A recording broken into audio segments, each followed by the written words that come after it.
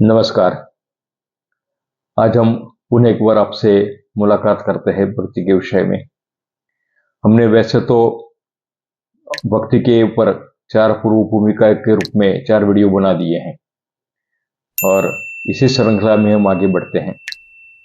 तो भक्ति को तो हमने समझ लिया, लेकिन अब भक्ति क्यों करनी चाहिए और भक्ति किसकी करनी चाहिए, किसकी भक्ति हम करें, ये प्रश्न उठता है। हम इसी में आगे बढ़ते हैं। ये हमारा जो ब्रह्मांड है, ऐसे अनेक ब्रह्मांड है जो साइंस भी मानता है, अनंत कोटि ब्रह्मांड है। और हमारे ब्रह्मांड में हमारे जैसे करोड़ों सूर्य है और पूरे ब्रह्मांड अपने गति में, अपने आप में गतिमान है। उनकी लय और गति सुनिश्चित है।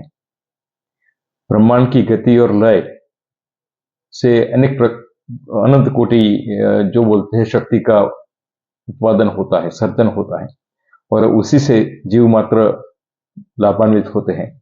उनकी शक्ति से हम कार्यरत बनते हैं।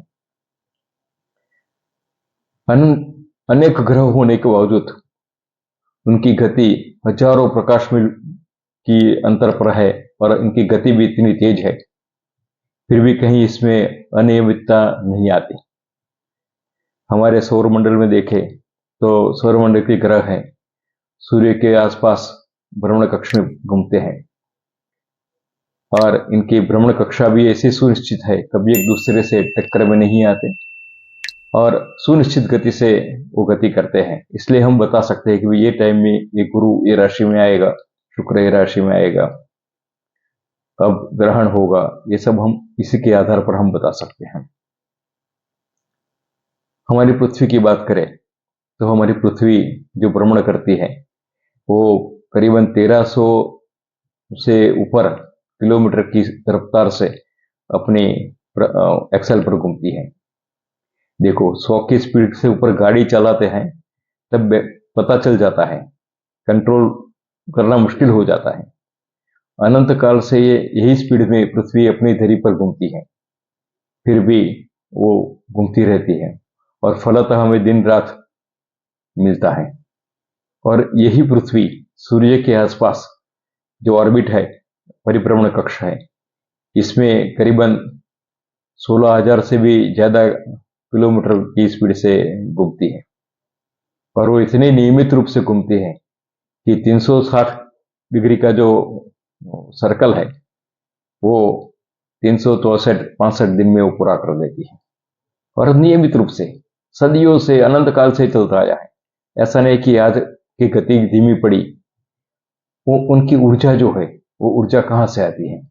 एक ऊर्जावान बैठा है जो इनको नियमन करता है, उनको ऊर्जा देता है और वो जो उनको ऊर्जा देता है वही ऊर्जा हमारे जीव मात्र में है। हमको प्रश्न उठता है, केनिष्टम पतति प्रेष्टम मनः केन प्राण प्रथम प्रेति केनेशिचातम वाचमिमाम वदन्ति चक्षुश्रोत्रम क उ देवो युदक्ति। केनोपनिषद का है, कठोपनिषद का है।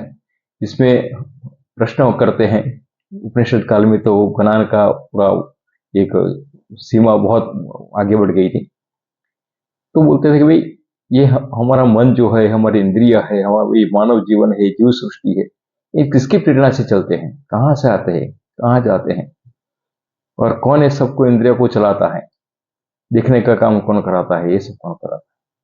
ये प्रश्न उठते हैं। तब हमें इनका जवाब मिलता है, कीटादि ब्रह्म पर्यंतम प्राण प्रत्सु समिष्ट चेतना दृष्टे सापि शक्ति ईश्वर संगीता। इन सबको चलाने वाली एक शक्ति है। वो शक्ति को हम कोई भी नाम दे, इसको हम ईश्वर बोलते हैं। हमारे लिए वो शक्ति ईश्वर है। वो ईश्वर है जो हम सोते हैं तो हमारी श्वसन क्रिया चलती है, हमको पता नहीं है, हम श्वास लेने के लिए प्रयत्न नहीं करते हैं, फिर भी रात को हमारे श्वास चलते हैं। हम सोते हैं, हमारे उत्सर्जन तंत्र जो है कार्यरत हो जाता है, हमारे मन विसर्जन का कार्य भी एकदम गति से चलता है और सुबह होते ही वो अपने मूल द्वार पर आ जाते हैं। हमारा पचन तंत्र, रुद्राभिसरण तंत्र, श्वसन तंत्र, हमारे जितने भी तंत्र है, इसमें हम तो बहुत कम दिखते हैं। बाकी तंत्र अपने आप, वो तंत्र चलाने वाली कोई शक्ति है और जो जब चली जाती है तो हम मृतप्राय हो जाते हैं। तो ये शक्ति कौन सी है उसको पहचानना, इसकी गति और लय के साथ अपने को जोड़ना और उनकी ऊर्जा के से हमें ऊर्जान्वित होने का जो प्रयास है उसको कहते हैं भक्ति। ये अनंत ऊर्जा जो है, अनंत भक्ति है, अनंत शक्ति है, वो शक्ति के साथ लय में आना, इनकी गति के साथ गति मिलाना और उसी में हम आगे बढ़ना, उसको बोलते हैं भक्ति। तो ये हुआ भक्ति। अब भक्ति किसकी करनी चाहिए तो हमने बता दिया, ईश्वर की। ईश्वर मतलब हम जिसमें हमारी श्रद्धा है वो, इनका कोई नाम नहीं है। नाम वो है जो हमारे इष्ट है, वही हमारा ईश्वर है। इसमें ही हमारे रूप, क्योंकि सभी नाम और सभी पूरे ब्रह्मांड का वो नायक है, उसको कोई भी नाम से पुकारो, वो सभी इनके नाम ही है। अकारादिक शकारांतरा मातृका वर्ण जितने भी अक्षर है सब उनका मालिक वही है। तो नाम और उनको जोड़ के जो भी नाम हमने राम बोलो या कृष्ण बोलो या मसीहा बोलो, जो भी बोलो, तो वो सब परमात्मा ही है। तो ईश्वर की जो शक्ति है वो ईश्वर को ही हम जो भी रूप में राम, कृष्ण, माता जी, दुर्गा, गणेश जी, हनुमान जी, जो भी नाम में हम हमारी श्रद्धा हो, इससे हम भक्ति, इससे इसी नाम के द्वारा, इनके स्वरूप के द्वारा इन शक्तियों से जुड़ने की जो प्रक्रिया है, इन शक्तियों को समझकर उसको पाने की, उससे लाभान्वित होने की जो प्रक्रिया है, उनको आत्मसात करने की जो प्रक्रिया है, वो भक्ति है। तो वो भक्ति वो एक क्रिया है और क्रिया में जो प्रक्रिया है वो कैसे करनी चाहिए, बराबर। क्रिया तो है, क्रिया करने की एक गाइडलाइन होती है कि भाई ये काम कैसे करना है। तो इसकी जो प्रक्रिया है वो 9 प्रकार की प्रक्रिया है, जिसको हम नवधा भक्ति बोलते हैं। और वो नवधा भक्ति के विषय में हम आगे चलेंगे, लेकिन इसके पहले कि हमें भक्ति क्यों करनी चाहिए, क्योंकि ईश्वर तो हमारे अंदर है। मम्मी वांशु जीवलोके जीवभूत सनातन, परमात्मा तो हमारे अंदर बैठा है, फिर भक्ति की आवश्यकता क्यों पड़ गई। हृदय अर्जुन तिष्ठति सर्वस्य चाहम हृदय सन्निविष्टो, भगवान तो सबके हृदय में है। लेकिन हमारे जो संस्कार है, मूलभूत संस्कार है या अज्ञान की जो आवरण है, इसमें बहुत सारे मल आ गए हैं। जब कोई चीज आपको जाननी हो तो उसको साफ करनी पड़ती है, उसमें शुद्धि होनी चाहिए। तो जो मल निवृत्ति, तो मल होते हैं कहाँ से, एक तो वाणी से होता है, हम वाणी से पाप करते हैं तो वाणी से शुद्धि आती है। दूसरा मन से बुरा विचार इत्यादि करते हैं तो हमारा मन मलिन हो जाता है, फिर अच्छे काम, अच्छे विचार हमारे में नहीं आते। एक तो मन से होता है और फिर से होता है कार्य, हम ऐसे कर्म करते हैं जिससे हमारे जीवन में शुद्धियां और मल, पाप इत्यादि आ जाते हैं।